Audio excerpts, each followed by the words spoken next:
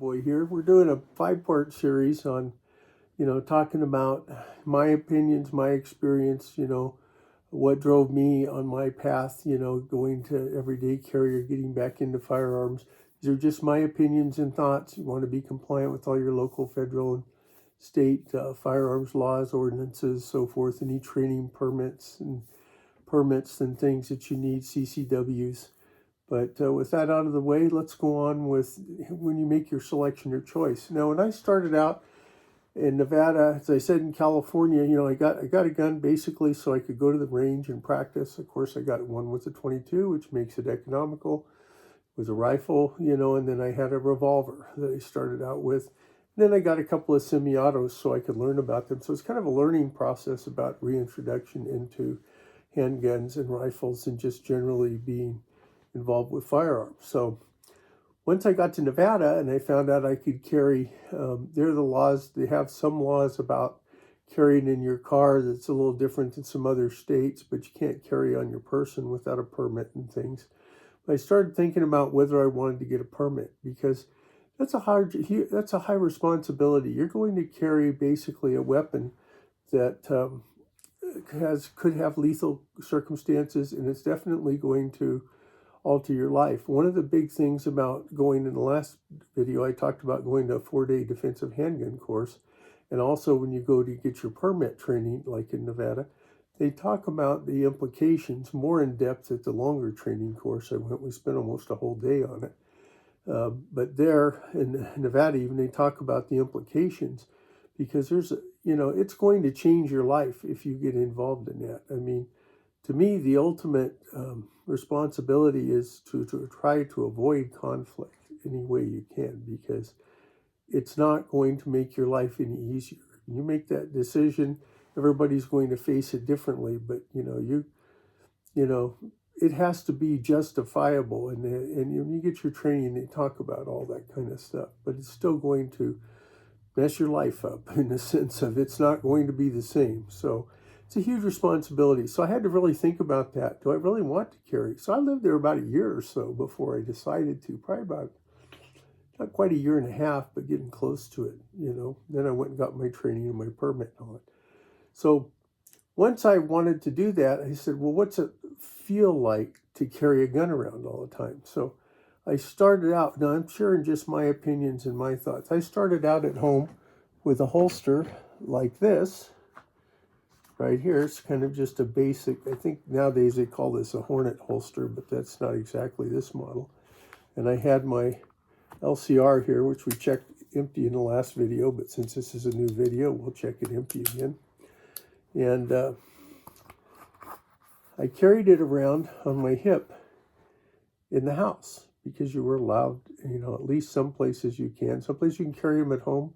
Some places you can't, but just to get used to, and I carried it empty, okay? I didn't have anything in it. I just wanted to know what it felt like to carry it around. That was, for me, what I did to kind of familiarize myself with that. Now, the good thing about this gun is it will shoot a variety of ammunition, very powerful 357 and much weaker 38s, but still an effective round. So that helped me kind of get the feel for it. And then as time went on, I realized, I kind of like to have a way to conceal it better, especially once I got my permit and I wanted to carry. And so a lot of people want to have an inside the waistband or something like that. So I got this Remora holster, but it really wasn't ideal, because what I really wanted was something that was attached inside the waistband. So they call these outside the waistband friction or pocket holster. And this is a inside the waistband. And the gun fits down in here, right? And that worked very well, for trying to get it. Plus it eventually shapes kind of to your body and it's fairly secure and so forth. So you have to think about those kinds of things. It's kind of a little journey that you go on, right? Trying to figure out what works for you and so forth, finding things. We're not all the same. We don't all have the same body types. I'm a large person, so it's easier for me in some cases to conceal larger weapons, but not always. So, and then I said, I'd kind of like to have a semi-auto, because in the meantime, I got familiar with semi-autos, but I had 1911s. I had a P226 Mark 25 Sig Sauer 9mm, which is full size, and SP 2022 9mm, which is full size.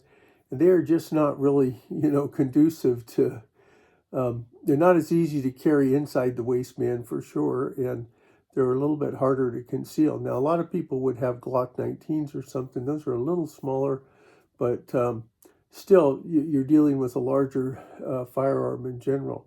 That's why they have Glock 26s, for example, or nowadays they have Glock 43s and Glock 48s, if I remember right. So, I don't have anything against Glocks. It's just, for me, that's not my preferred way of carry, but weapon of choice for that, because I kind of like double action, single action. We're not going to get into all that. But anyway, so at first, I liked 45 a lot, so I liked taking my 1911, but I wanted to scale down one. So I got this Springfield XDE. There's no magazine in here. You can see that it's empty. But I got this because the way the mechanism works, it has a way to decock it. It has a safety, and it has a nice fiber optic sight and so forth.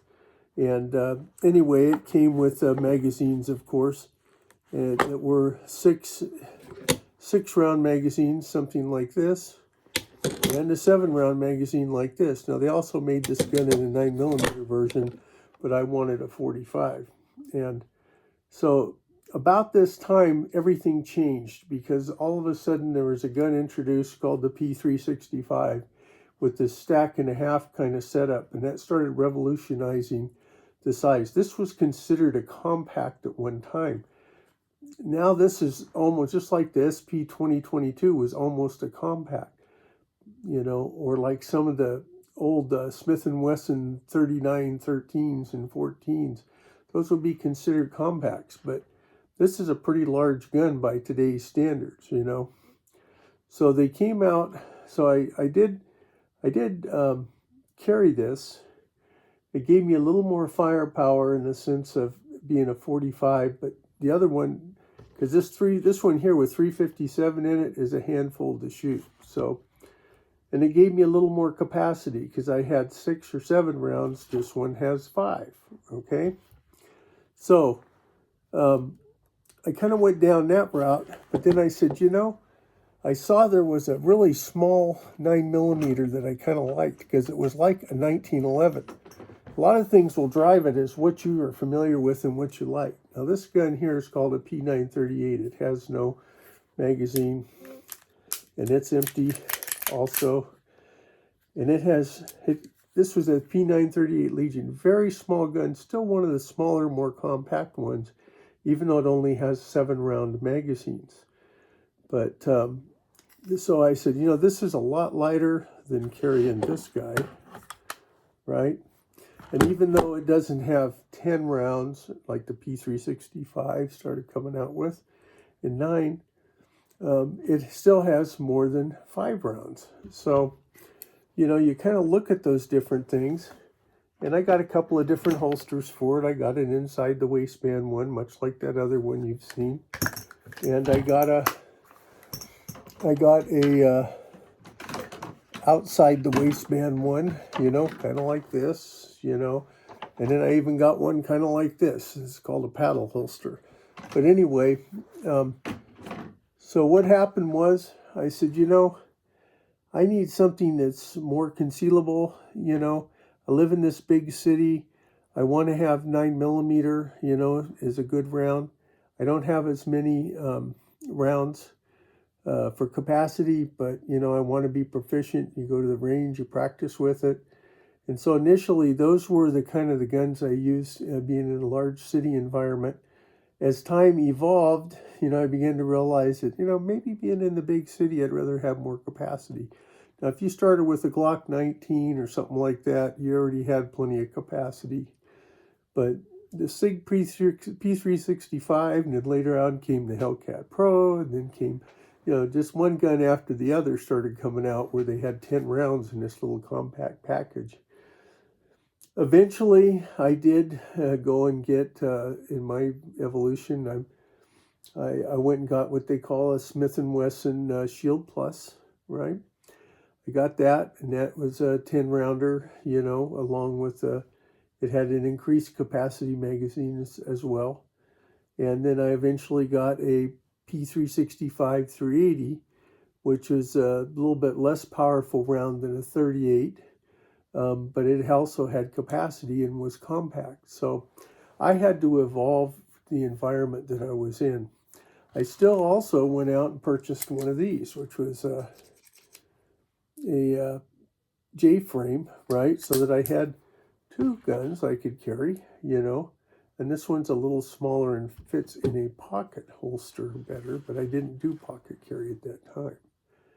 So hang on just a moment, and I'll show you the other two 9mm, or the other 9mm and 380 that I went to. Before I show you the semi-autos, let me just make sure you understand that this was an evolution when I went from the revolvers to the smaller, to the 45 I showed you and the other 9mm. Those I used for a couple of years. So by the time I got to the next evolution, remember gun evolution had come about, and the Shield Plus also came out, kind of like the P365, which we'll look at both of those in a minute. But I also realized that my needs for traveling around in a very populated environment and stuff probably dictated that I needed a capacity that was higher. Now, that was my evaluation. You have to make up your own rules and decisions about that. But just to point out, that didn't happen like overnight. That was like over a number of years, okay? So finally, I also liked using double action, single action guns, and I didn't have a striker fired gun, and they work differently, and you need to get a lot of training on those different things and make sure you understand how they work. You always want to make sure you're proficient. So when I got to the point where I said, I think I'm ready for a striker fired gun, which is essentially what like the basic Glock 19s are and so forth. And by then Smith & Wesson had built a lower capacity one called the Shield. They built a higher capacity one called the Shield Plus. There's no magazine in here, nothing in the barrel. This is an inside the waistband holster I got, We the People holsters, but I got this. I also added a night sight to it because I wanted to have one that was a little easier and low light or night sights. And it had 10 and I think 13 round magazines. I think they make even bigger ones now. But I realized that was what was needed. Now, do I still use my revolver sometimes? Sure. In the summertime, it's 110 there. You want the smallest, most concealable thing a lot of times because you're just wearing a t-shirt and shorts. So that's the other thing that's going to drive your environment. Where are you at? Are you somewhere where you don't want people to recognize that you have one? Things you have to think about. I also was getting a little older and I wanted a P365, but I knew it was even smaller than the Shield. So another concealment holster. Here's the one, no magazine, no bullets in it. This is a P365. Now they make these in 9mm, just like this gun, right? But it's a bit smaller. I think you can see it's a bit smaller than the other one, And so I got this one, and it's in 380, and 380 is a less powerful caliber. It's like some people call it 9mm Kurtz or short. Holds 10 rounds, and because the recoil is a little snappier on the 9mm, it's a little bit less with this, in my opinion. And it had, I think it had tritium night sights, but I put this optic on there. It's the first time I put an optic on. This is a green dot optic. I don't know if you can see the green dot in there. There you go. There's the green dot. This one is a striker fire, but it happens to have a safety on it. Now, for me, this seemed to be a better fit because for me, follow-up shots with less snappiness was important, and it was pretty lightweight. And that was the kind of things that drove it, along with the fact that I continued to age in my situation. So just trying to point out to you that it's an evolution that happens. And these are the things that happened for me. Now, did I continue to carry my other ones? Yeah, I did. Did I carry a larger handguns like 357 Magnum, more a little bit larger than that compact one? Yes, I did. But that would be maybe if I felt like I needed that more level of protection. And we'll talk about that in the next video when we talk about the third video portion, which is kind of like travel and maybe a different environment that you live in. I mean, I spent most of my term in an urban environment in Las Vegas. Occasionally I went outside and I took more powerful handgun, with me. Maybe a more capacity 9 full size or more full size 357 Magnum. But we'll talk about that here in the next video. So as Desert Boy always says, be safe out there, whatever you're doing. Bye now.